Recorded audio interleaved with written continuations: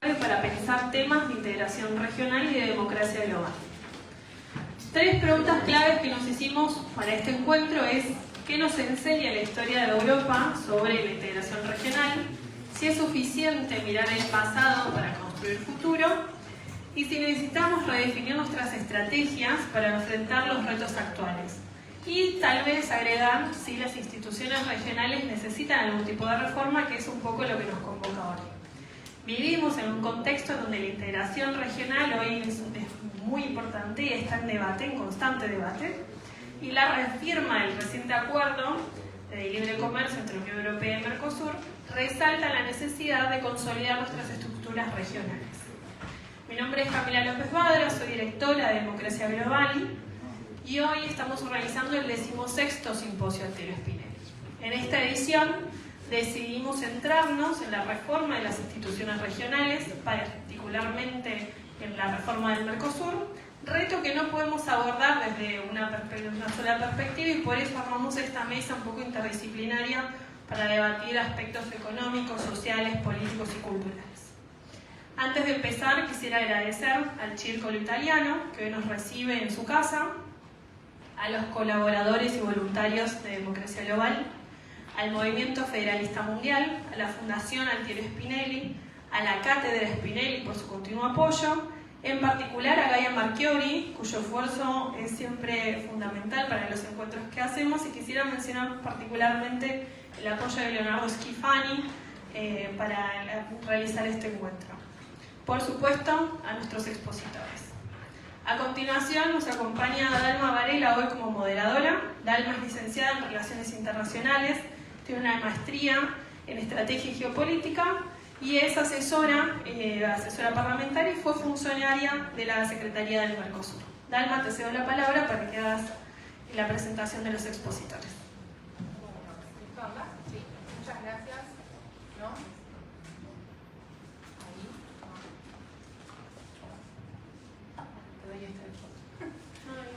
Bueno, muchas gracias, Camila. Bienvenidos a todos. Es un placer moderar esta mesa, la verdad, y moderar a estos profesionales que van a hablar hoy. Voy a introducirlos mientras les voy dando la palabra, así que la primera moderadora, un placer que esté acá, Marisa Bircher, es especialista en comercio exterior y negociaciones económicas internacionales. Fue secretaria de Mercados Agroindustriales desde el 2015 al 2018 en el Ministerio de Agricultura. Luego fue secretaria de Comercio Exterior de la Nación desde el 2018 al 2019 en el Ministerio de Producción y Comercio. Desde el 2020 a 2022 fue secretaria para la Igualdad de Género del Gobierno de la Ciudad de Buenos Aires. Actualmente se desempeña como consultor independiente asesorando al sector público en el diseño de políticas que promuevan el crecimiento del comercio exterior y las negociaciones económicas internacionales. Por otro lado, asesora a diversas firmas exportadoras en el diseño de estrategias que permitan abrir nuevos mercados y afianzar la presencia de bienes y servicios argentinos en el mundo. Ha participado en proyectos del Banco Interamericano de Desarrollo y desde hace 15 años es docente de comercio exterior en la UBA. Bienvenida, el público es tuyo. Muchísimas gracias por la invitación, gracias Fernando y a todos los que me acompañan en este panel. En principio, celebrar este gran paso que dimos desde la Argentina, desde el Mercosur, en la conclusión del acuerdo Mercosur-Unión Europea. Creo que hay algunas aclaraciones que siempre vale la pena hacer porque permanentemente están consultando, nos consultan cuántos cierres tiene el acuerdo o cuándo se firmó, si se firmó 2 veces, si fue en el 2019, si fue también este año. Lo cierto es que el acuerdo fue concluido en el 2019 entre ambos bloques. En ese momento 28 países, fue previo al Brexit, y nosotros 4 países del Mercosur. En ese momento sellamos la finalización de un acuerdo que llevaba más de 2 décadas y los pasos que siguen después de ese cierre, donde ambos bloques definimos la conclusión de que ya no había más temas en la mesa para seguir negociando, se pasaba a una revisión legal y posterior a esa revisión legal a la firma del acuerdo. La firma permite por parte de los presidentes, de los mandatarios, que pase a los parlamentos. Eso no sucedió durante estos últimos años. por diferentes motivos, en algunos casos hasta bilaterales, y una escalada que fue difícil ponerle límite y nos llevó nuevamente a abrir una renegociación, y no fue simplemente por situaciones que sucedieron desde el Mercosur, sino también una estrategia mucho más profunda en las cuestiones ambientales por parte de la Unión Europea, precisamente por parte de Francia, y se volvió a poner sobre la mesa esta famosa adenda o anexo o ampliación del acuerdo en profundizar exigencias ambientales. Decirles también que nosotros en el 2019 teníamos contempladas reglas acordadas por ambas partes, es decir, este tema no fue nunca omitido por parte de los bloques en la negociación. Lo que se hizo en esta última etapa fue profundizar esas exigencias y que obviamente generaron esta controversia de volver a abrir el acuerdo. El acuerdo, desde el punto de vista comercial, estaba y está cerrado. Lo que se discutió hasta último momento fue este anexo en cuestiones ambientales, de sostenibilidad, bien llamado, ¿no? Entonces lo que vimos el 6 de diciembre fue un episodio, una foto, un momento muy esperado por parte del bloque y también por parte del mundo, ¿no? Y ahora vamos a ver un poquito qué impacto tiene a nivel global.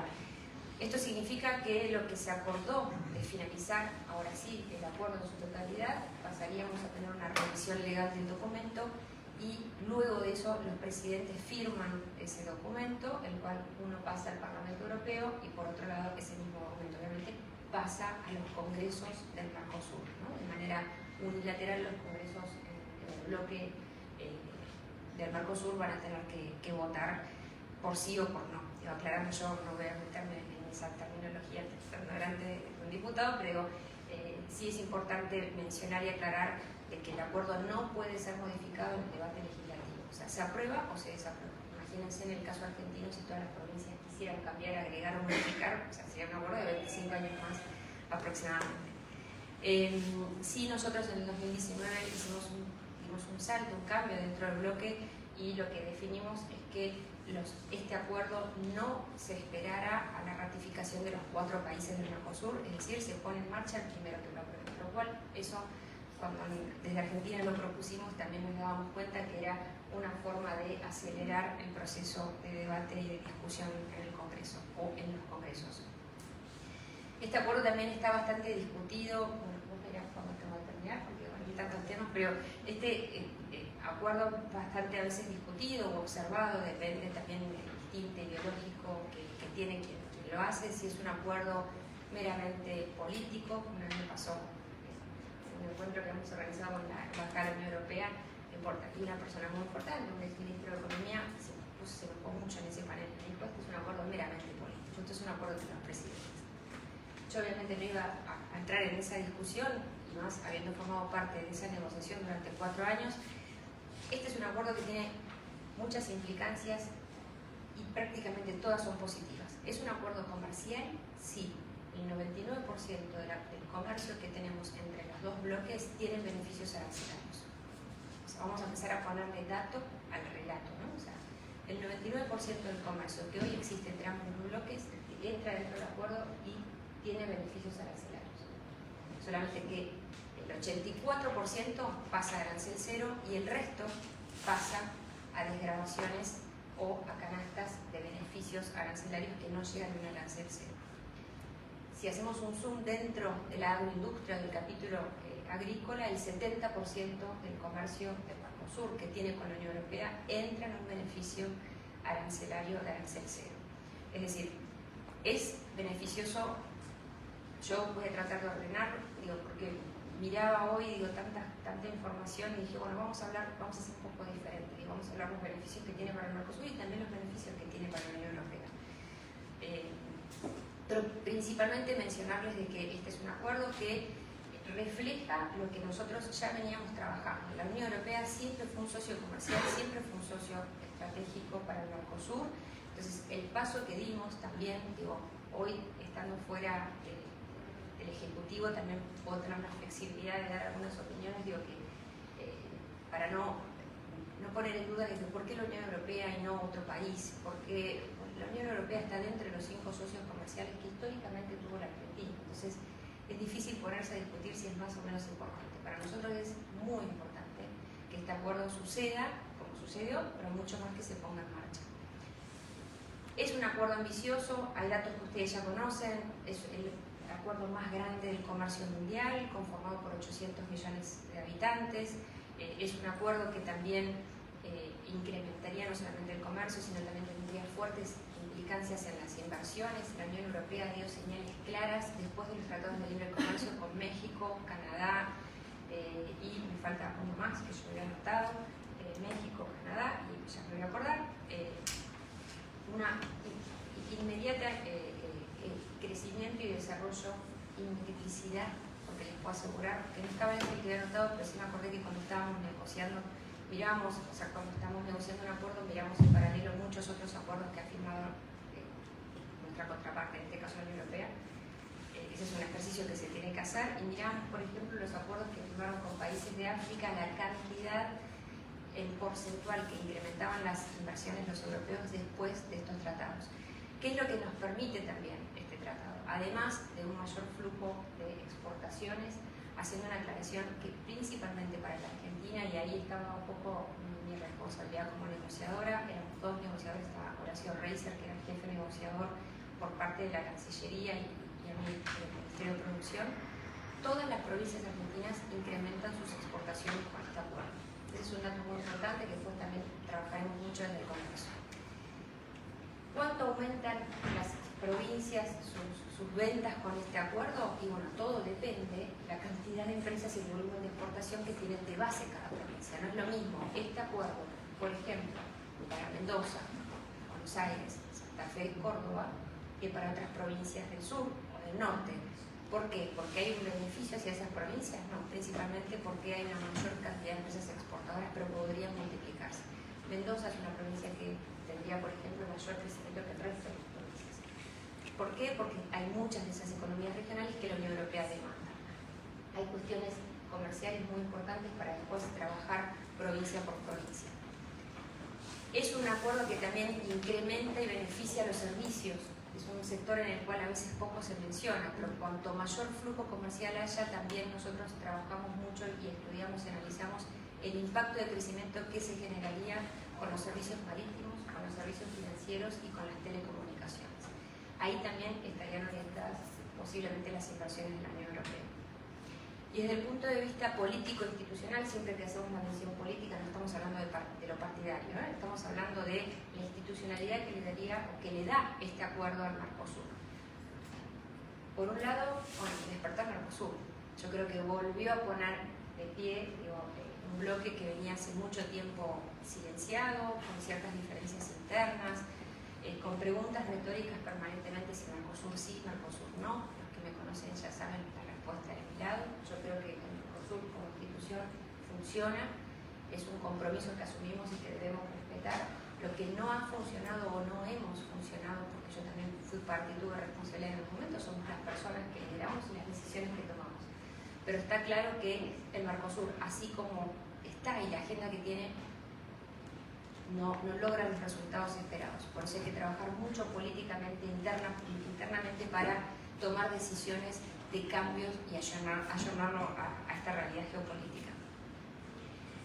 Desde el punto de vista institucional, desde el punto de vista político, les decía, este acuerdo lo que va a lograr internamente dentro del bloque de Mercosur es reordenar nuestro comercio exterior.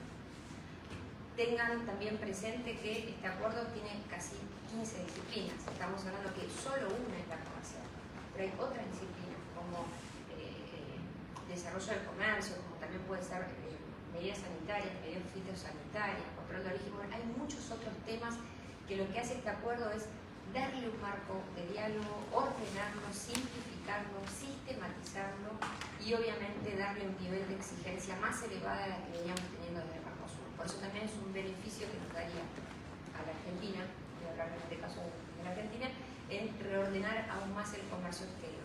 Si hay algo que este gobierno ha dado señales contundentes desde el primer día, y lo hace literalmente cada 24 horas, es en ordenar normas, reglamentos al comercio exterior. Bueno, este acuerdo nos daría mayor rigurosidad planteando los estándares más elevados que tiene la Unión Europea. Por otro lado, también mencionar que no vamos a tener una competencia por precios con la Unión Europea. Nosotros sabemos que acá vamos a tener un competidor en materia de calidad. Por eso también hay un capítulo que nosotros trabajamos mucho, que es tan importante como el comercial, que es el capítulo de cooperación.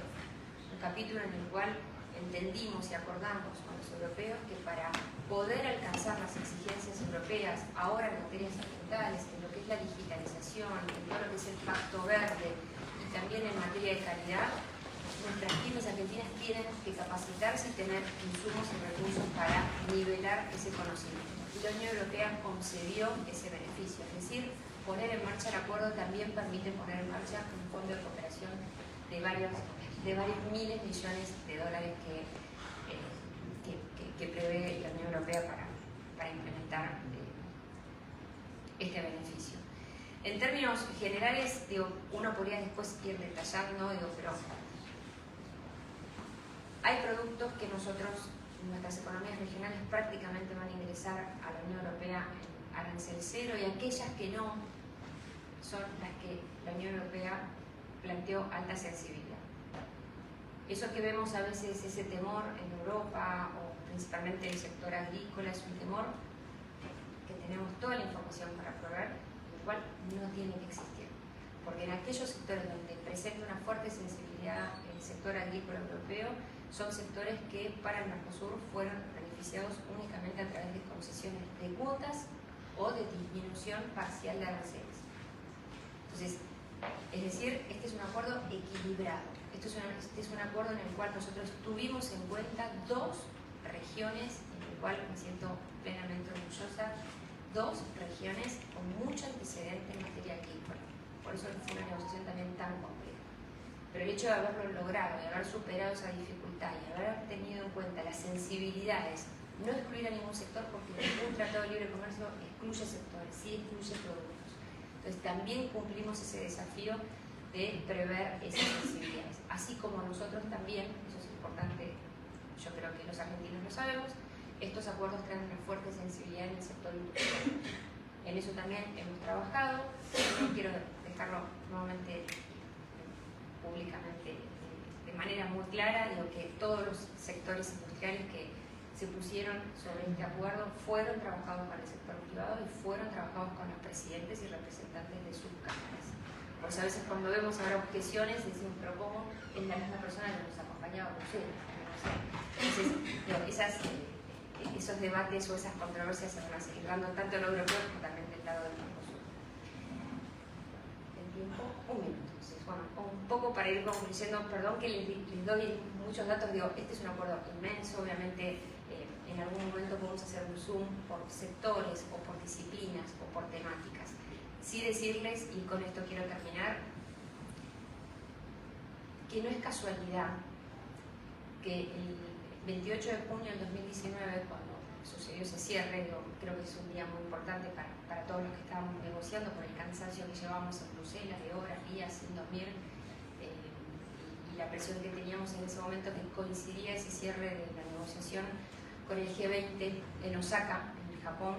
Estaban todos los presidentes que literalmente realmente estaban llamando a nosotros, a los negociadores, para ver qué eran los detalles que ya no podíamos, había instancias en donde los negociadores ya no podíamos cerrar, ya no había posibilidad de diálogo, entonces ellos ya se llevaban a los presidentes.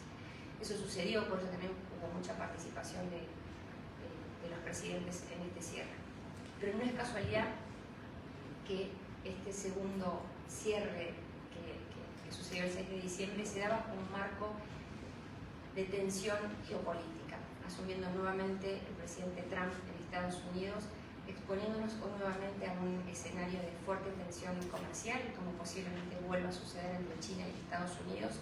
Y en ese momento, tanto la Unión Europea como el Mercosur dábamos una señal al mundo de que ante posibles medidas proteccionistas, lo mejor que podíamos mostrarle al mundo es que también el esquema multilateral sirve. Y yo creo que el principal objetivo que cumplimos los dos bloques es alcanzar un espacio de diálogo multilateral en donde creemos que todos podemos hablar, donde todos podemos escucharnos y en donde el crecimiento puede ser para una región inmensa como lo es la Unión Europea y el Mercosur. Así que también celebro que en este momento, en un mundo que atraviesa guerra, en un mundo que atraviesa atentados, terrorismo, hacia políticas que vuelven a volver a tender hacia el proteccionismo, nosotros demos un claro mensaje al mundo de que este diálogo tiene sentido y que ahora lo único que nos falta y que no es menor es ponerlo en marcha. Así que muchísimas gracias.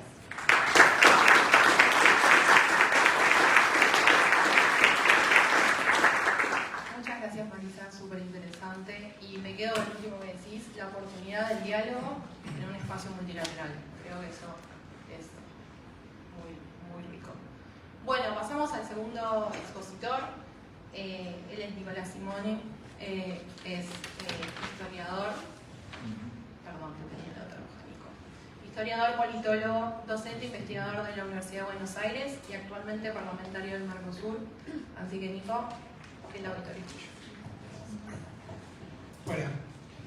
Bueno, muchas gracias. La verdad que es un gran honor para mí estar de vuelta en Democracia Global, en este caso como parlamentario del Mercosur, pero se trata de un lugar en el que me siento obviamente local. He trabajado muchos años por este simposio y es un honor poder dar esta perspectiva del lugar que me toca ocupar ahora circunstancialmente, pero que acabamos de ver claramente el papel que podría tener y no tiene, ¿no? El Mercosur no solo sirve, sino que también ha logrado una buena dosis de integración cultural. Es mucho más sencillo moverse, desplazarse entre los países del Mercosur, como primera medida, por decir algo muy concreto, que nos ha permitido ver concretada, digamos, su eficacia, pero sobre todo esto que acabamos de escuchar, el desafío de un mercado común más grande del mundo, un trabajo que se viene haciendo hace muchísimos años, y el papel de un parlamento como el del Mercosur con un papel muy pobre, no solo muy pobre, sino que realmente ha demostrado, o está demostrando. Me tocó asumir este lugar este año, a mediados de año, algunas pocas sesiones, y las pocas iniciativas que se trataron vinculadas al acuerdo Unión Europea-Mercosur han sido para ponerle algún asterisco. Y empezamos otra vez con la idea de replicar, como decías vos antes, ¿no? Las instituciones por sí son un poco como las personas las llevan adelante. Y la verdad es que si en el imaginario de una buena cantidad de políticos, sobre todo en este caso me voy a centrar en los argentinos que ocupan estos lugares regionales, sigue manteniéndose la idea de las barreras, del proteccionismo, del asterisco, de la excepción, de las aceitunas de La Rioja, me viene a la cabeza porque fue una de las últimas. Es un proceso que se aprueba o se rechaza a libro cerrado, como son los tratados internacionales en el marco de los congresos nacionales. No es algo que haya inventado el acuerdo Unión Europea-Mercosur. Es decir, que el Parlasur, para no irme al tuyo y que centrarme en esta institución, está navegando en buena medida contramano de lo que se está avanzando en términos de integración, y sobre todo en algo que le escuché escribir a Fernando Iglesias, por supuesto, de quien aprendí claramente toda esta perspectiva de cómo pensar la integración regional, no solo en clave comercial, sino también en clave política, y en clave política legislativa, parlamentaria, como es este Parlamento. Y claramente el Mercosur no puede convertirse en un corset o en una estructura que dificulte y que haga cada vez más tediosa los intercambios comerciales internos y en clave regional. Y en ese sentido, el Parlasur, voy a contar algunos componentes de información, podemos decirlo así, para mostrar en qué sentido hay que reformarlo. Actualmente el Parlasur funciona con 116 parlamentarios, de los cuales 43 son argentinos, es un poco llamativo, son los elegidos de forma directa, los únicos elegidos de forma directa somos los argentinos.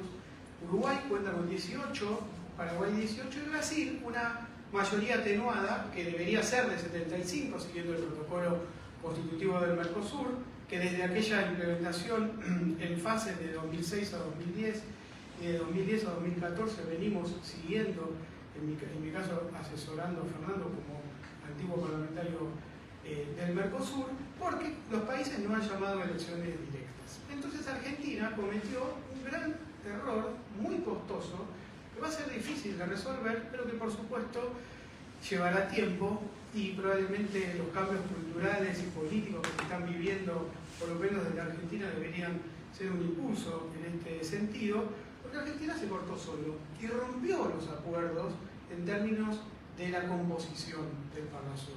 ¿Por qué digo rompió los acuerdos? Porque si bien estaban fijadas las pautas, los procesos de cargo de los periodos para completar el Parlamento con elecciones directas, los plazos se venían dilatando. Y Argentina se adelanta y produce esta deformación en términos de la representación.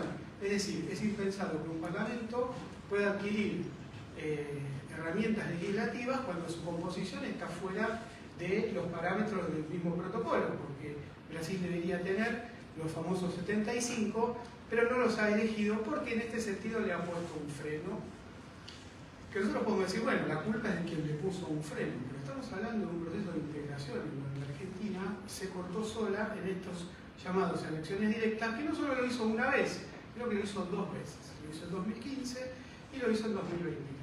Bajo signos políticos que no son los actuales, produjo este quiebre en la composición del Parnasur y su incapacidad absoluta de poder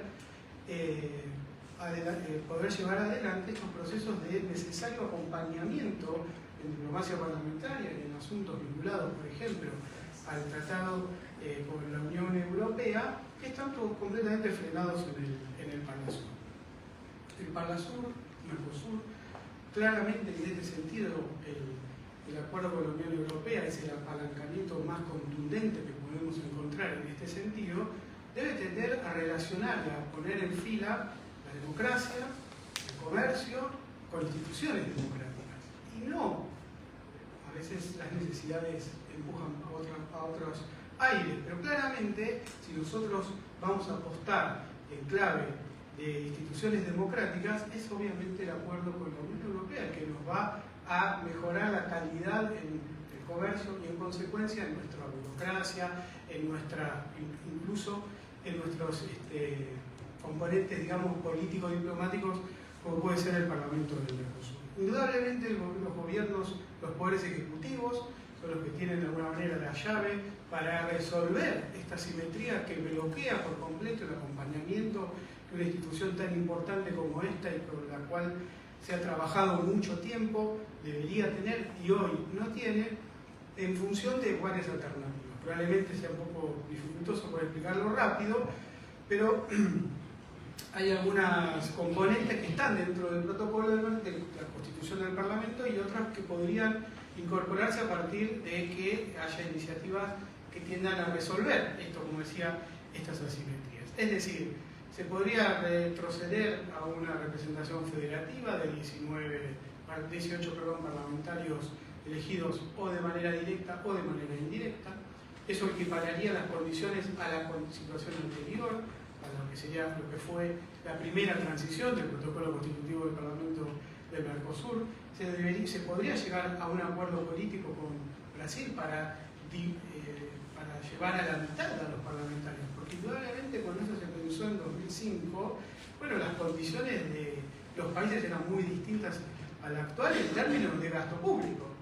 Hoy el gasto público está puesto con una lupa tan precisa que, creo que ningún poder ejecutivo se le ocurriría aumentar alegremente la cantidad de legisladores y todos los gastos que implica ese aumento así livianamente. Hoy eso es impensado y es necesario que existan mecanismos que nos permitan explorar alternativas, como se están haciendo en la gran mayoría de los ámbitos públicos, para encontrar soluciones a esta dificultad que no solamente no contribuye a este proceso, sino que también de alguna forma lo está obstaculizando y su propia dinámica lo está llevando a obstaculizar.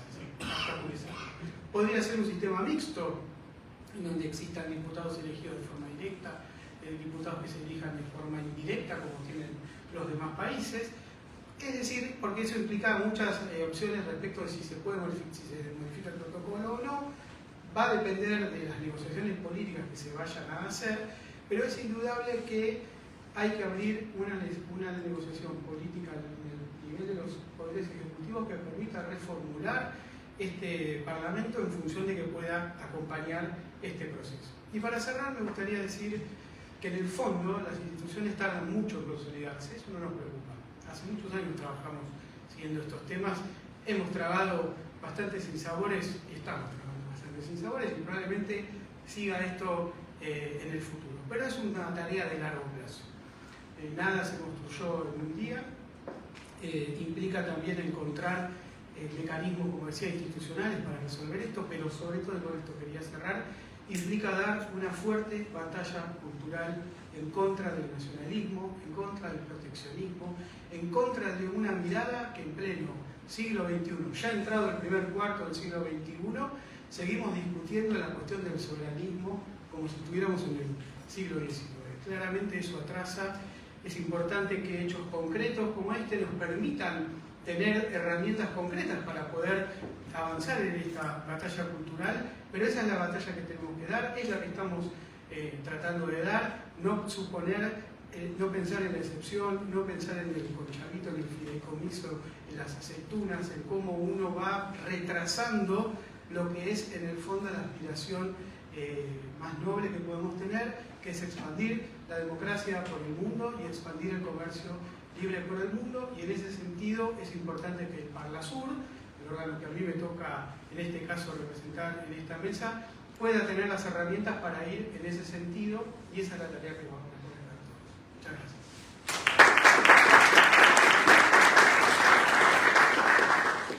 Gracias, Nicolás Simone. Gracias por el tiempo, justito en los minutos. Parece como si te hubiera avisado. Mira, una cosa. Bueno, me quedo con reforma y batalla cultural. ¿Te parece?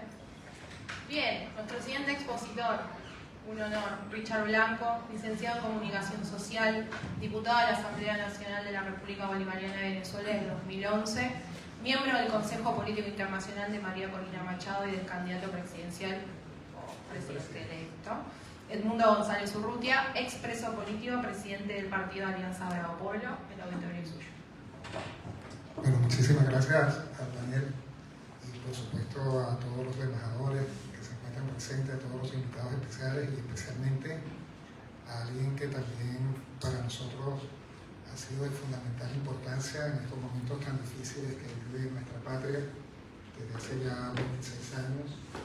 Primero, bajo un gobierno que ganó legítimamente la democracia en Venezuela, su gobierno, pero posteriormente con la dictadura que ustedes tienen conocimiento ocurrido y sigue ocurriendo en estos momentos en Venezuela. Cuando hablé con nuestro hermano el diputado Fernando Iglesias, le digo hermano porque ha dedicado mucho de su tiempo, que sé que es muy ocupado en Argentina, para estar al lado de los venezolanos en estos momentos tan difíciles. Es para nosotros importante hacer ese reconocimiento. Yo quise escribir unas palabras que sintetizan lo que nosotros creemos es la ampliación de la Carta Democrática. Recuerdo que en el año 2015, 2016, 2017, 2018, hasta el 2019, que tuve que venir, siempre invocamos la Carta Democrática para Venezuela y nunca pudimos hacer absolutamente nada. De allí nuestra desgracia continuó y el pueblo venezolano, un pueblo noble que tiene recursos incalculables, tenemos la mayor reserva de petróleo comprobada de la tierra, la mayor de oro de América Latina, tenemos recursos naturales envidiables en nuestro país. No hemos podido en estos 26 años sino tener más que desgracia. En este momento, cuando les estoy hablando, y tomo esto para comenzar con nuestra lectura de lo que proponemos los venezolanos para la ampliación de la Carta Democrática, tenemos 2.000 personas presas, de las cuales 170 son jóvenes menores de 18 años que están siendo violados en las mazmorras, en las cárceles venezolanas. Gracias a Dios que que ya nos queda menos de un mes para que constitucionalmente nuestro presidente, que fue electo el pasado 28 de julio de este año por la mayoría de los venezolanos, pueda ejercer sus funciones como presidente. Eso es lo que más anhelamos para poder retornar a nuestras patrias, para seguir sirviéndole a nuestro país y para ser una Venezuela que se incorpore en todos los estamentos internacionales, en todas las instituciones internacionales que hoy, desgraciadamente, se ha apartado producto de esa actitud prepotente, inadecuada para los pueblos, como lo ha hecho el señor Nicolás Maduro. La Carta Democrática es importante para nosotros, es representativa para el desarrollo social, político y económico de los pueblos de América. La Carta Democrática es aprobada en el año 2001 y establece que la democracia es esencial para el ejercicio de las libertades fundamentales y los derechos humanos. La democracia y los derechos humanos es indispensable para el ejercicio efectivo de las libertades fundamentales y de los derechos humanos. Es fundamental promover y proteger los derechos humanos, especialmente en casos de discriminación, y fortalecer el sistema interamericano de protección de los derechos humanos. La participación ciudadana en las decisiones relativas a su propio desarrollo es un derecho y una responsabilidad. Es importante promover y fomentar diversas formas de participación para fortalecer la democracia. El combate a la pobreza, por ejemplo. La pobreza, el analfabetismo y los bajos niveles de desarrollo humano son factores que inciden negativamente en la consolidación de la democracia. Es fundamental adoptar y ejecutar acciones para reducir la pobreza y erradicar la pobreza extrema, como ocurre lamentablemente en este momento en nuestra amada patria Venezuela. La institucionalidad democrática es importante para fortalecer y preservar la institucionalidad, y especialmente en casos de alteración del orden constitucional. La Carta Democrática Interamericana establece mecanismos para la preservación y defensa de la democracia en caso de ruptura del orden democrático. Algunas posibles palabras para concluir. Quisiera ampliar que la Carta Democrática es un paso fundamental para fortalecer la democracia en América. Es importante que trabajemos juntos para promover y proteger los derechos humanos, fomentar la participación ciudadana, combatir la pobreza y, por supuesto, toda la unificación que podamos tener en este sentido para que seamos, cuando se habla de economía, de libertad, un solo país, una sola nación que proteja a sus ciudadanos. Esto permitiría la capacidad democratizante del proceso de integración regional, ya que estarían incorporados estándares y principios democráticos más altos. Además, se disminuiría la discrecionalidad político-ideológica en la adopción y sanciones y exclusiones, como lo dijo la directora del panel, lo que contribuiría a una mayor objetividad y transparencia en la toma de decisiones. En este sentido, la propuesta de ampliación de la cláusula democrática se alinea con los objetivos de la Carta Democrática, que busca promover y proteger la democracia y los derechos humanos en la región. La incorporación de los tratados sobre democracia y derechos humanos sería un paso importante para lograr estos objetivos y fortalecer la democracia en la región. Esto ha generado una serie de desafíos, como la falta de claridad en la protección de los derechos humanos y la democracia en la región. Para solucionar esto, proponemos la incorporación de la Convención Americana sobre Derechos Humanos, también conocida como el Pacto de San José de Costa Rica, como parte de la cláusula democrática del Mercosur. Esta convención establece una definición precisa de los derechos y garantías que deben ser protegidos en una sociedad democrática, lo que permitiría una mayor claridad y coherencia en la aplicación de la cláusula democrática. Además, como todos los Estados miembros activos del Mercosur han firmado esta convención, su incorporación sería un paso lógico para fortalecer la democracia y los derechos humanos en la región. Mayor protección de los derechos humanos. La Convención Americana sobre Derechos Humanos establece un conjunto de derechos y garantías que deben ser protegidos en una sociedad democrática, lo que permitiría una mayor protección en nuestra región, mayor claridad en la aplicación de la cláusula, y la incorporación en la Convención permitiría una mayor claridad en la aplicación de esta misma cláusula democrática, lo que reduciría importantemente toda la arbitrariedad en la toma de decisiones. El fortalecimiento de la democracia y la incorporación de la Convención sería un paso importante para fortalecer la democracia en la región, ya que establece un conjunto de principios y valores que deben ser respetados en una sociedad democrática. En resumen, Venezuela está dispuesta a partir del 10 de enero con nuestro próximo presidente de la República, Edmundo González Urrutia, en la incorporación de la Convención Americana sobre los Derechos Humanos como parte de la cláusula democrática del Mercosur, en la integración económica, que es una propuesta que busca fortalecer, como siempre lo hemos dicho, en la democracia, en los derechos humanos de la región, y que permitiría una mayor claridad y coherencia en la aplicación de esta cláusula. Muchísimas gracias.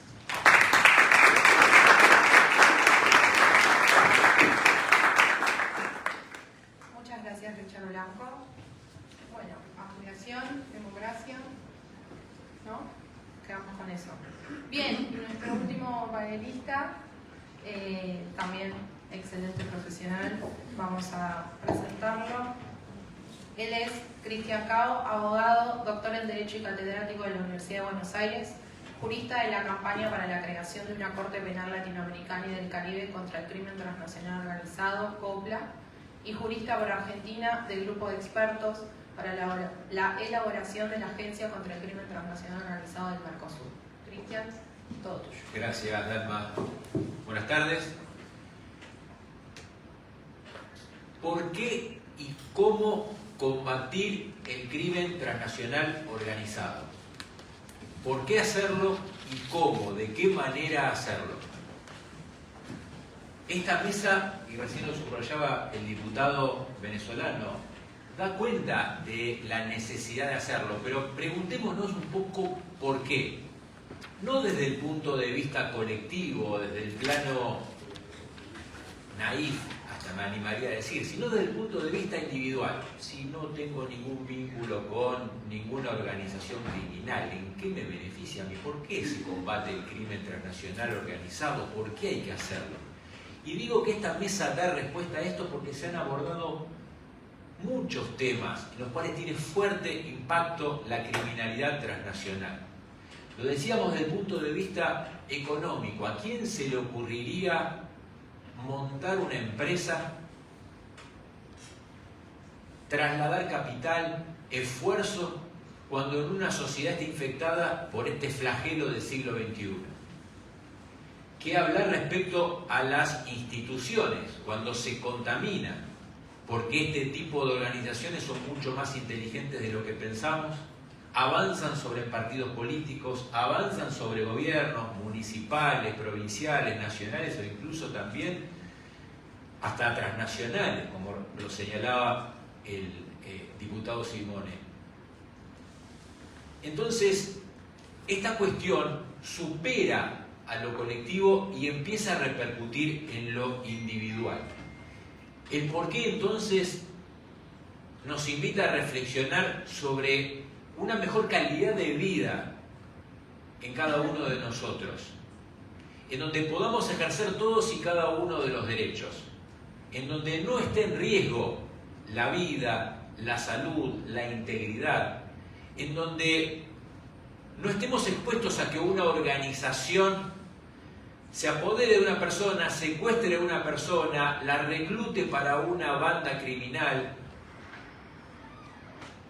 la coopte para llevar adelante la trata de personas, forme parte del mercado ilegal de tráfico de sustancias. Y es eso el fundamento de por qué combatir el crimen transnacional organizado. Y si avanzamos, ¿de qué manera? Acá ya el panorama es mucho más amplio. Hay muchas maneras de combatir este flagelo, uno de los principales del siglo XXI, en el cual estoy seguro que no es una buena técnica, es desde el punto de vista de los estados nacionales. Desde el surgimiento de los estados nacionales, de los nacionalismos, ha habido siempre un recelo, siempre un intento de combatir a todos los problemas desde lo nacional, desde dar la respuesta individual. Entonces cada uno de los estados aprueban códigos penales, aprueban legislaciones específicas, siempre tratando de dar respuesta a un problema transnacional desde el punto de vista interno. Y tenemos un rotundo fracaso de lo que fue, por ejemplo, la última pandemia por el coronavirus, en donde rápidamente los estados dieron una respuesta nacional. Lo primero que hicieron es cerrar la frontera, como si el virus no transitara y no pudiera cruzar ese tipo de fronteras trazadas por los hombres y contagiar en cuestión de días a todo el planeta. El crimen transnacional organizado se mueve de la misma manera que como se movió el coronavirus. Entonces, la única respuesta que rechazamos es la impronta nacional, dar respuesta de los estados nacionales. Y para eso, el desafío es la cooperación internacional, la articulación internacional y, mucho mejor aún, soluciones regionales a estas respuestas, a estos problemas que tienen dimensión transnacional. En América Latina tenemos una particularidad, se dice que es uno de los continentes o una de las regiones más injustas en términos de ingresos económicos, algunos incluso señalan que es una de las más violentas, pero no tenemos que ir solamente a algunos países en Centroamérica, algunos países de América del Sur. Hasta hace muy poco tiempo, en una de las principales ciudades en la República Argentina, a muy pocos kilómetros de la ciudad autónoma de Buenos Aires, veíamos cómo el Estado de Derecho estaba a punto de caer. Entonces, el diseño de mecanismos de cooperación, de coordinación entre países que tienen un mismo norte, que tienen un mismo objetivo, tal vez hoy no todos, unos dentro de muy poco tiempo, faltan muy pocos días, y que compartan la necesidad de combatir este flagelo. A partir de ahí está el desafío, a partir de ahí está la búsqueda de la respuesta para el combate de esto que nos propuso el protocolo de Palermo hace ya 25 años. Uno se pone a pensar, hace 25 años que en la ciudad italiana de Palermo se pensó en un protocolo para combatir lo que hoy el tiempo nos dio la razón. Eran los principales problemas: tráfico de armas, tráfico de personas, lavado transnacional, extorsión, cohecho, delitos contra la administración pública, una suerte de flagelos que son los que hoy desafían al Estado en el siglo XXI. Y entonces, para avanzar sobre lo concreto, hoy, en el año 2024, porque al menos en la República Argentina tuvimos una experiencia en el gobierno anterior al anterior, en donde se han dado respuestas desde lo nacional, pero también embrionariamente desde lo transnacional, porque en la República Argentina hemos aprobado una norma jurídica para la extinción de dominio de los bienes mal habidos o obtenidos mediante, por ejemplo, cualquiera de estos crímenes que recién señalábamos, la responsabilidad penal de las personas jurídicas. Argentina era uno de los pocos países que no tenía responsabilidad penal de las personas jurídicas y se han logrado hace 8 años. Y ha habido un avance embrionario en lo que tenía que ver con una propuesta de la República Argentina para crear, y me llena de orgullo ver la campaña por la Corte Penal Latinoamericana y del Caribe contra el Crimen Transnacional Organizado, un intento que tuvo sus frutos y que estoy seguro que en algún momento se va a volver a recuperar, de la creación para América Latina de una Corte supranacional que juzgue, que sancione y que también prevenga este tipo de crímenes, este tipo de delitos. Pero estamos en el año 2024, en muchos países ha habido avances, retrocesos en otros, y de alguna manera tenemos que levantarnos y volver a pensar en de qué manera solucionar esto con lo que tenemos, con las realidades que en los distintos países de América Latina hoy nos encontramos. Y en el Mercosur, en función de una invaluable ayuda del programa Falcone y Borsellino, se ha creado del gobierno de Italia, que es un socio estratégico en lo que tiene que ver con el combate y la lucha del crimen organizado. Se ha pensado en el diseño de una agencia para el Mercosur que prevenga, que sancione y que eventualmente reprima este tipo de criminalidad. Una agencia que lo que permita es el intercambio de información. Hoy las redes delictuales se mueven mucho más rápido que lo que se mueven los estados nacionales. Cuando los estados nacionales salen a perseguir a una organización criminal, las bandas se aprovechan de las fronteras trazadas por el hombre. Entonces, ¿cómo estar pensando una solución nacional cuando simplemente con cruzar una frontera queda fuera del Estado de Derecho la persecución criminal y empezar a trabajar en el engorroso trámite de una extradición? Muchas veces lleva años. Por lo tanto, el estar intercambiando información es una cuestión que indudablemente tienen que adoptar los países del Mercosur y lo tienen que hacer a través de una agencia.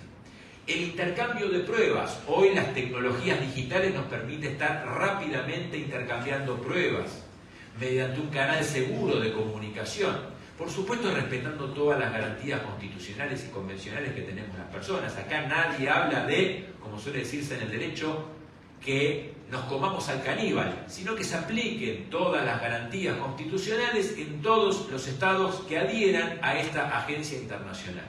La metodología, mediante los tratados internacionales. Los países hemos madurado en términos del derecho internacional público y hoy, mediante la vía de los tratados internacionales, va a ser posible justamente estos mecanismos de cooperación y de coordinación. Tiene esto, hoy por hoy, la finalidad de permitir a los fiscales, a los jueces que se ocupan de perseguir estos delitos, tener herramientas mucho más fáciles, pero particularmente mucho más eficaces para el crimen organizado. Y yo no pierdo de vista este proyecto, eventualmente la creación de una corte penal para el Mercosur o para América Latina para combatir estos delitos. Por supuesto, y esto nos lo enseñaron los europeos, el paso a paso para la creación de las instituciones de lo que hoy es la sociedad más desarrollada en todo el planeta, la Unión Europea.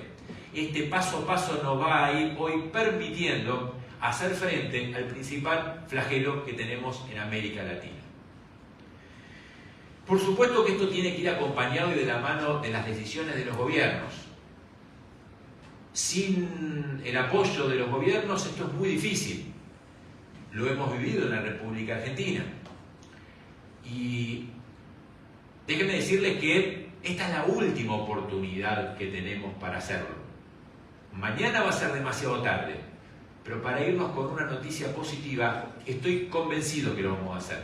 ¿Por qué? Porque las sociedades del Mercosur están convencidas que hay que hacerlo. Muchas gracias.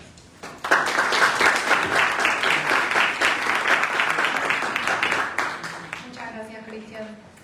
Me hablaste de muchos temas, no sé qué tema resaltar, pero bueno, mecanismos de cooperación para la lucha contra el crimen organizado, creo que resume la exposición. Bueno, para finalizar este panel, le habíamos hablado para el diputado Fernando Iglesias de unas conclusiones y luego pasamos a las preguntas y en la palabra de cierre, por favor, diputado. Sí, yo aprovecho además el micrófono como corresponde, para agradecer en primer lugar al círculo italiano, aquí presente con el doctor Schifani y al presidente Giorgio Ariata, que nos han permitido esta sala tan hermosa, a los panelistas, cuyas exposiciones han sido certeras y brillantes, y la presencia de muchas personas, espero no saltearme ninguno, pero veo representantes diplomáticos de Brasil, de Paraguay, de Uruguay, de la Cancillería Argentina, de Ucrania, de la Unión Europea, de Hungría, y probablemente me salté alguno, pido disculpas, pero me parece que es muy significativo este interés en un panel de tan alto nivel y en un momento tan significativo, porque es el inicio de la presidencia argentina del Mercosur, ¿no? ¿Qué decir con respecto a esto? Agradecer también y mencionar que estamos en el 16º Simposio Spinelli. El Simposio Spinelli fue una iniciativa de Democracia Global, originariamente, secundada después por la Cátedra Spinelli y la Fundación Spinelli. Democracia Global, me permito también hacer una mención que a uno de nuestros presidentes honorarios y padre fundador que acaba de fallecer, Juan José Sebrelli, pero vamos por el 16º Simposio Spinelli, y esa es una gran noticia que debemos a muchos de los que han trabajado, a Camila, a Gaia, a los voluntarios, Dalma, el equipo de colaboradores. Creo que en un país donde la continuidad no es el rasgo esencial, que desde una organización tan pequeña hayamos logrado hacer 16 simposios Spinelli, cuyo centro es la integración regional en el mundo globalizado, creo que es una pequeña, muy buena noticia. ¿Qué decir? Yo diría esto, ¿no? Hablando de Spinelli, dice Spinelli que la unidad europea no caerá del cielo y que el camino que debemos recorrer no es fácil ni seguro, pero debe ser recorrido y así lo será. Esa es la frase de Spinelli, mi principal héroe político. Y me parece que es una forma interesante de ver el proceso de integración sudamericana, latinoamericana, mercosureña, tan difícil, tan trabada, con tantas alternativas, en un momento, como dije, especial, que es la asunción por parte de la Argentina de la presidencia del Mercosur. Me parece que la mesa ha sido excelente en resumir los aspectos comerciales, geopolíticos e institucionales que forman parte de este desafío. Yo los he resumido en la idea de pensar el Mercosur como un muro, como se ha venido pensando hasta ahora, como un muro que nos separa del mundo y que nos aísla, o como un puente, como una plataforma que nos proyecta hacia el mundo en condiciones ventajosas y en situaciones en las cuales, como señalaba muy bien al final de su exposición Marisa, en un mundo en el que en el medio del aumento de los conflictos y las tensiones podemos enviar un mensaje muy claro de que hay acuerdos y formas de cooperación que son beneficiosas para los dos extremos, que no todo es suma cero, que no todo es disputa y que la colaboración y la cooperación tienen todavía un destino. Y me parece en ese sentido que acá estuvieron los 4 ejes de reforma que podrían ser el eje de esta presidencia, pero a más largo plazo también podemos pensar un Mercosur distinto, un Mercosur con el que yo sueño, en el cual la integración con la Unión Europea crea una zona de amplia colaboración entre 2 continentes que tienen valores y principios e historias comunes. Me parece que sería un trágico error por parte de la Unión Europea desconocer esta importancia en un momento en que Europa, un continente que amo y del que soy doblemente ciudadano, es cada vez más pequeña, está cada vez más aislada, está cada vez más rodeada de peligros y amenazas. Sería un trágico error que por un sector que representa el 1,4% del PBI europeo, todo esto se tire a la basura, ¿no? Yo el otro día bromeaba con el embajador de la Unión Europea, acá está presente su adjunto, y le decía, si el 98% de la economía europea tuviera tractores, esta era una cuestión cerrada. Pero parece que el 1,4% son los que tienen los tractores y la cosa se pone difícil en algunos lados. Esperemos que se pueda solucionar. Pero también pensamos en una reforma, ¿no? En las 3 reformas que han planteado aquí. En un parlamento del Mercosur que abandone su desprestigio, que asuma las capacidades legislativas que tiene en el nivel regional, respetando las soberanías nacionales y convirtiéndose en una Cámara de media sanción sometida a las decisiones nacionales de los parlamentos y a los eventuales vetos presidenciales, y que combine esta necesidad de pensar los problemas regionales al mismo tiempo que se respetan las características nacionales. Eso me parece que es un planteo fundamental. El diputado Blanco, que es un tremendo luchador de la democracia para su querido país Venezuela, con un planteo que también parece muy razonable.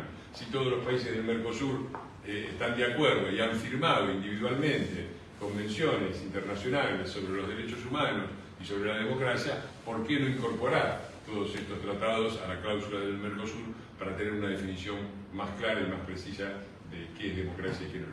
Y finalmente, la exposición del doctor Cao en un tema acuciante, el principal tema de la región, la principal amenaza a nuestras vidas, a los derechos humanos, hoy proviene del crimen organizado. Un fenómeno que es por definición transnacional y que exige que sea combatido transnacionalmente, en este caso con la creación de una agencia regional que combine el aspecto jurídico de las fuerzas de seguridad para poder compartir esfuerzos, compartir informaciones y tener una estrategia común de combate. Me parece que la mesa, les agradezco muchísimo a los expositores, ha sido brillante, seguramente habrá alguna pregunta para hacerles directa. Yo me voy simplemente repitiéndoles mi agradecimiento a quienes nos han dejado estar aquí, a quienes han hecho 16 simposios prácticamente con muy escasos recursos y con muchísimo esfuerzo, y a los panelistas que han sido tan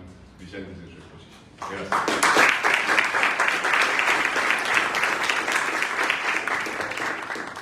Bueno, agradecemos las palabras del diputado Iglesias y abrimos el espacio a preguntas.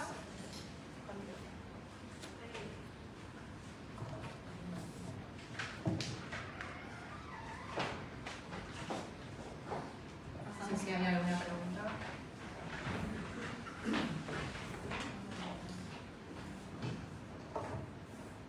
Bueno, primero que nada, muchísimas gracias a todos los presentes y a los oradores.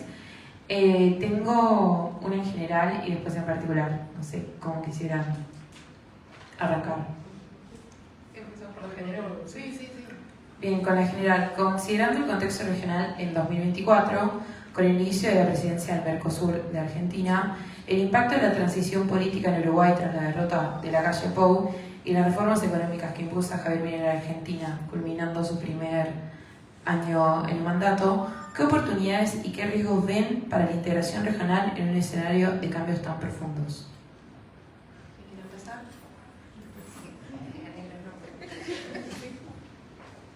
A ver, creo que sí, es un desafío que se apoya, reitero, al menos es una opinión personal, sobre el diálogo, sobre encontrar entre los principales mandatarios un diálogo fluido.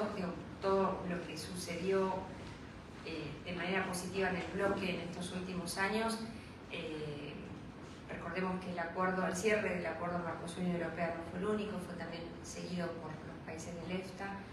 Avanzamos casi en un 90% con el acuerdo de libre comercio con Canadá. Iniciamos diálogo en su momento con Corea. Todos esos pasos que se dieron rápidamente y resultados que se pudieron lograr durante un mandato principalmente eran posibles a través de un diálogo permanente, fluido entre los mandatarios, y cuando eso sucede para los negociadores también es muy simple. Yo creo que eso hoy en día se puede lograr, más allá de algunas diferencias que puedan surgir, esa es la oportunidad. La estructura institucional está armada y la decisión siempre va a ser viable por parte de los negociadores, o posible por parte de los negociadores, si la decisión primero es política. Si no, no importa.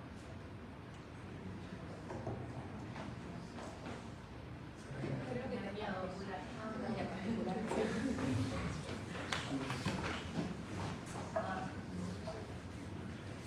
Bien, vamos a ir más o menos en orden.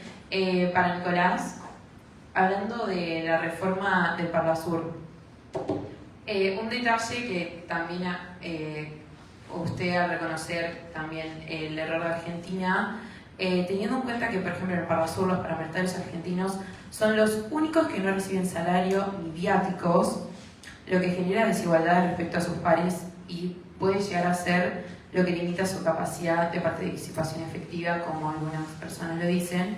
¿Cómo puede el Parlasur abordar esta disparidad para garantizar una representación equitativa y fortalecer la integración regional desde una perspectiva institucional? Bueno, has tocado un tema sensible para los diputados del Parlasur, que es el tema de la dieta, primero, y segundo, novedad, el tema de los traslados. Tampoco el gobierno los está reconociendo. Pero justamente cuando yo mencionaba el error de Argentina en cometer esta ruptura de los acuerdos en términos de llamar a elecciones sin un acuerdo general, sin un acuerdo dentro del Parlasur y sin un marco normativo nacional, es como que nos tiraron a los leones. Y ahí estamos, no hay problema. Claramente la situación en la que hoy se está, más allá de las opiniones que uno quisiera, es que los distintos amparos y las cosas que fueron presentando los diputados electos que no les alcanzó la dieta, nos llevaron a una situación de probablemente sin retorno en términos de lo que pueda resolverse en el ámbito nacional. La Corte Suprema sacó un fallo este año por el cual no se le impide casi, o sea, revoca un fallo de la Cámara Nacional Electoral que obligaba a Argentina a pagar, entre otras cosas, revoca esa parte y dice que en realidad es el organismo el que debería solventar estos gastos. Organismo que además tiene una cláusula por la cual los diputados, los parlamentarios del Mercosur son solventados por los parlamentos nacionales. Así que estamos como el hombre araña que se mira mutuamente y que nunca hay ninguno que pueda hacerse cargo de la situación, y en la jurisdicción quedamos completamente en el medio de esa situación con, la verdad, yo digamos, una cosa personal y otra real. Hoy no es probable que esto cambie en el corto plazo y hay que trabajar de este modo. No es lo mejor, pero hemos hecho tantas cosas por interés público que esta puede ser uno más. En mi caso es un desafío del cual no me voy a correr, pero a la vez nos deja en el camino de tener que resolver todo junto, ¿no? Entonces es una oportunidad.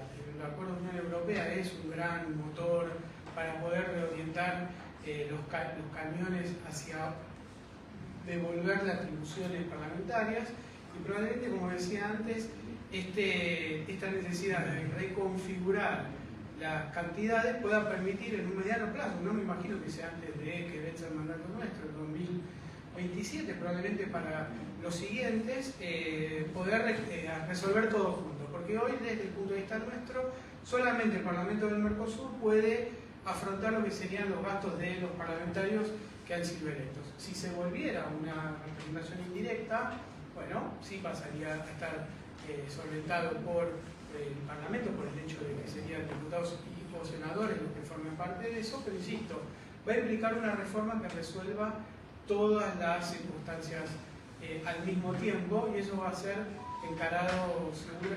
No puedo imaginar que sea de otro modo que no sean los mismos poderes.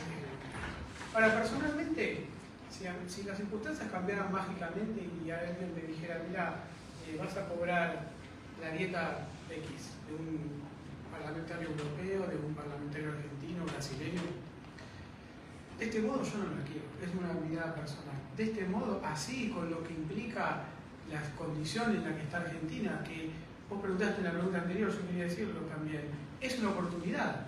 Y hoy está puesta la lupa y está cuestionándose una buena parte del paradigma de la cooperación y de una fórmula que ha fracasado. Hace poco, en el marco del Parlasur, nos llevan a una mesa contra el hambre.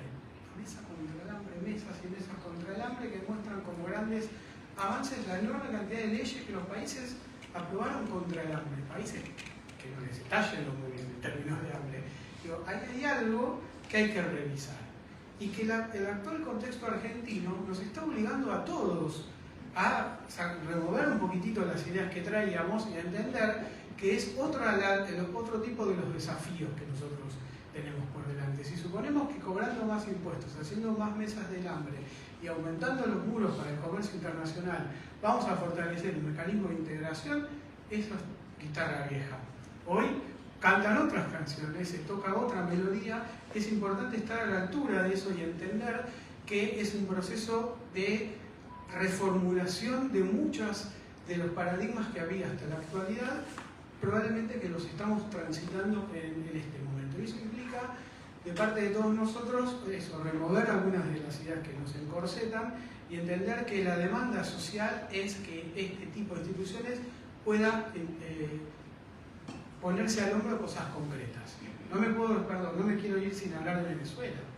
Lo que sucede en el Parlasur con Venezuela es escandaloso también, porque al haber sido suspendido Venezuela del Mercosur, también lo fue del Parlasur, y al final le quitó la voz a los diputados opositores que denuncian la feroz dictadura a la que se somete a ese pueblo, y le han quitado la voz. Es decir, hemos dado pasos atrás, porque a diferencia de lo que es una mesa de mercado común, el Parlamento representa a los ciudadanos y los ciudadanos venezolanos han sido obturados. Y eso es una muestra también de cómo está funcionando esto. Está yendo a contramano. Es fundamental hablar de todo esto, darle visibilidad y empujar en la medida de lo que se pueda a muy largo plazo a que estas reformas nos permitan volver a poner el barco del Parlasur en la clave de la democracia, del comercio internacional, sin restricciones, sin barreras arancelarias, ni mucho menos pararancelarias, que es otro tema que ha traído el gobierno nacional. No solamente los problemas son los arancelarios, sino los mecanismos pararancelarios, no lo estoy inventando yo, pero varias cosas de estas limitaciones, hoy alguien vino y pateó el hormiguero. Y de ahí tiene que surgir un nuevo esquema que nos permita cumplir los viejos objetivos con nuevos mecanismos.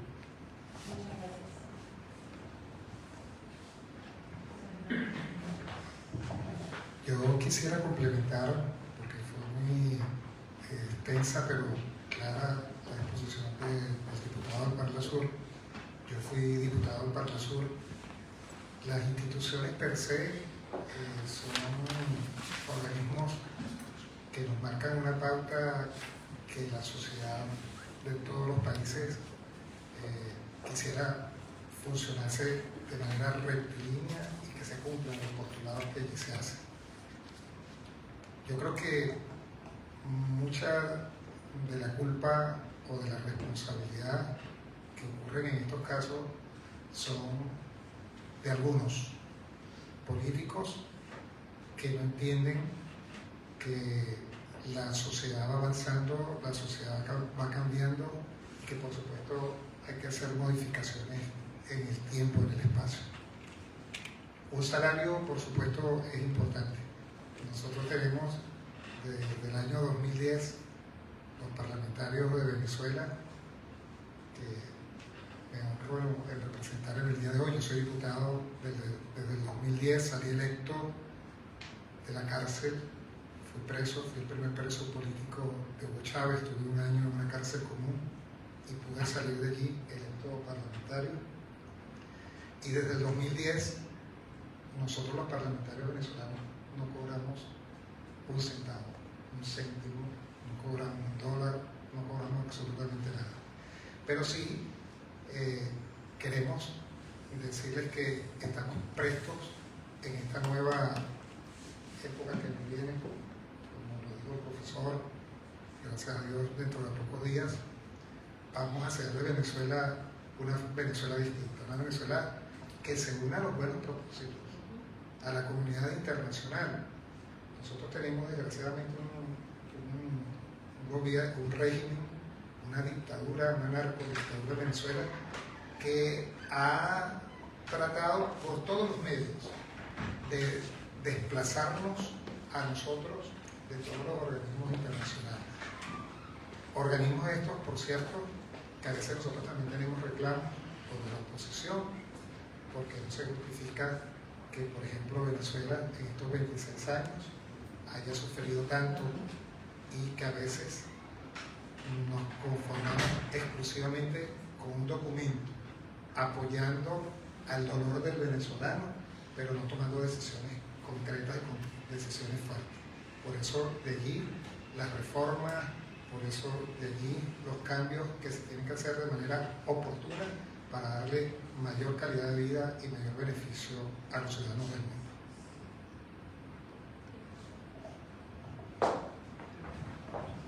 Sí, última pregunta y así cumplimos el horario. Buenas tardes a todos y a todas. ¿Podemos agregar una pregunta más? Preguntas vos y una pregunta más. Perfecto. Sí, mi pregunta va dirigida a Cristian Cao. Y la pregunta es, teniendo en cuenta que la presidencia argentina del Mercosur coincide con un gobierno que prioriza la seguridad y las relaciones bilaterales, ¿qué papel debería jugar esta nueva agencia en 2024, particularmente frente a los problemas crecientes como el narcotráfico y el lavado de dinero en la región?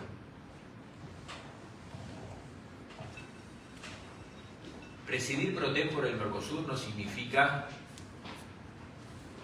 conducir sin ningún tipo de opinión disimen a todo el bloque. Eso es lo que primero hay que aclarar. Por supuesto que forma parte del compromiso institucional institucional mercosureño muy importante, pero los desafíos no van a ser fáciles. Por supuesto que va a estar esto combinado con los ejecutivos del resto de los países del Mercosur. Lo que yo sí tengo para destacar es una decisión, pero no solamente por lo que expresa el presidente de la República en cada una de las oportunidades que tiene para hablar del Mercosur, sino también por lo que hoy se evidencia en proyectos legislativos que están en nuestro Congreso, en el Congreso Nacional, y decisiones del Poder Ejecutivo Nacional en lo que tiene que ver con la lucha del crimen transnacional organizado. Si eso se logra traspolar al Mercosur en términos de la cooperación, la coordinación que señalábamos, si se logra plasmar en un compromiso que están asumiendo, esperemos que en poco tiempo, todos los países del Mercosur, en la conformación de esta unidad, de este grupo de expertos, que va a desembocar en la creación de una agencia del Mercosur para combate del crimen transnacional organizado, ya es un muy buen primer paso. El buen segundo paso sería consolidarlo y que todos los países del Mercosur puedan llevar adelante la aprobación de este producto, que no es otra cosa que la posibilidad de intercambiar información e intercambiar pruebas. Si logramos terminar la presidencia de la República Argentina pro tempore en el Mercosur, habiendo alcanzado estos dos objetivos, me parece que es para celebrar. Ahora sí, la última pregunta. Sí, muchas gracias. Yo, con respecto al acuerdo, ¿no? Unión Europea-Mercosur, yo viendo un poco la historia de Europa, ¿no? Todos esos avances y retrocesos que ha tenido a lo largo de su historia, y ese enorme retroceso que fue la crisis de la silla vacía europea, que prácticamente evitó que se tomen decisiones de manera supranacional y concesión de soberanía por parte de los Estados europeos, que en su momento venían en un gran avance hacia una mayor integración, y que fue justamente la cuestión agraria la que hizo que Francia se retire de la mesa de negociaciones o la mesa de decisiones, y que Europa se quede sin una toma fuerte de decisiones en cuestiones agrarias. Inclusive la crisis que se ocasionó cuando se incorporan España y Portugal, donde los mismos franceses cortaban las rutas para que los productos españoles y portugueses no ingresen a Francia, y le trajo muchas sanciones. No sé si no avisoran o qué idea tienen, yo la verdad que no la tengo, si la incorporación del Mercosur con todos los productos agrarios nuestros que tenemos en nuestra región, y con la falta de sentimiento europeo como hubo en ese entonces y que ahora quizás van un poco en decadencia, y que, bueno, está ese desafío europeo, ¿no? De volver a conquistar los corazones pro-europeístas frente al avance de los nacionalismos, si quizás no ven que puede ocasionar en Europa alguna crisis política y digamos, está el texto escrito, y cómo es el día después de esto, que ocurre al otro día, desde el aspecto político de los gobernantes europeos, que no sé si se van a querer hacer cargo de una decisión europea frente al avance, frente a los productos que produzcan, por ejemplo, Francia, ¿no? Que es un productor agropecuario interesante. Bueno, eso. Gracias. Se responde que tengo que retirar la actividad, perdón. Yo tomo el dato que recién planteaba Fernando. Me parece que no todo la revolución y la resistencia agropecuaria europea son los 27 países. Me parece que esto está obviamente orientado en determinados lugares de la comunidad, y que, bueno, no soy yo para hacer un análisis, digo, si eso está bien, si eso está mal. Digo, me parece que todos los productores o los empresarios, de ambos bloques pueden expresarse en conformidad o disconformidad de este acuerdo.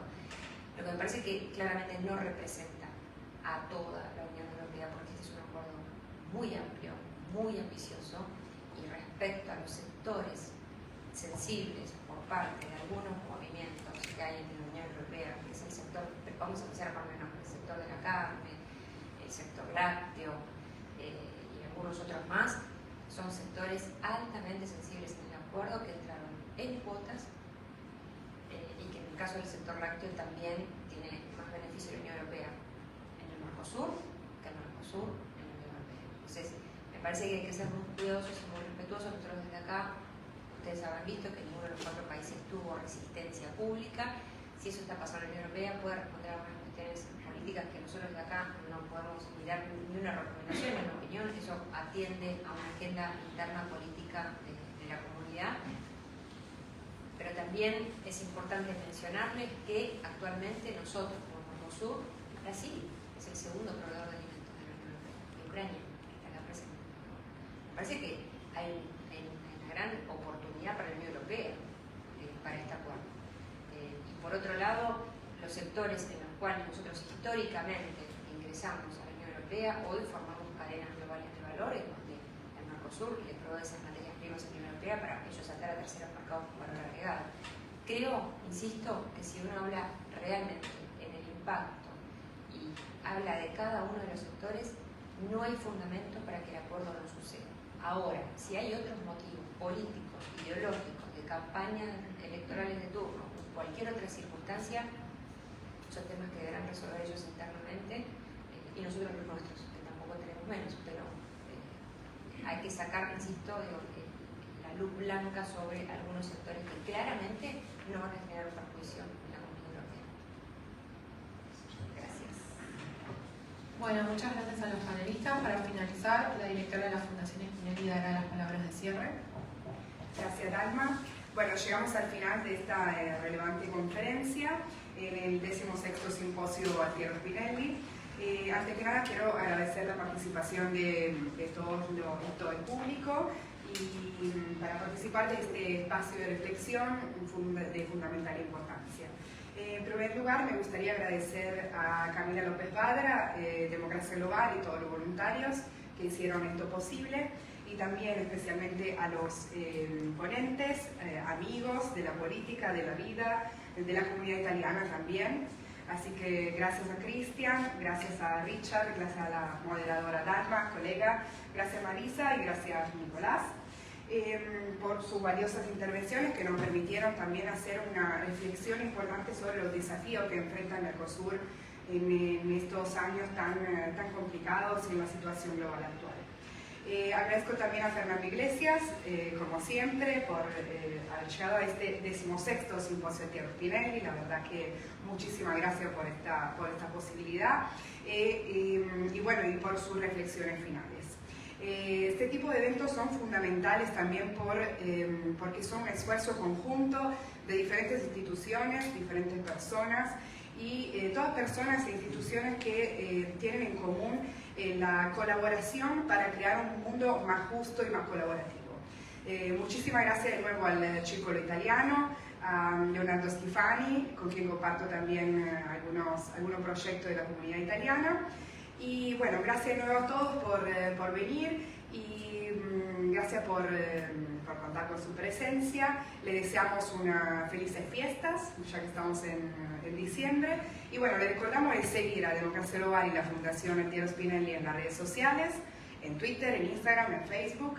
Y también que nuestro próximo evento fundamental en la sociedad civil será en marzo, el Seminario Antimafia Italo-Argentino, en que se presentará, entre otras cosas, la agencia del Mercosur contra el crimen transnacional organizado, de que les hablaba el doctor Cristian Cao. Así que muchísimas gracias de nuevo y estamos en contacto.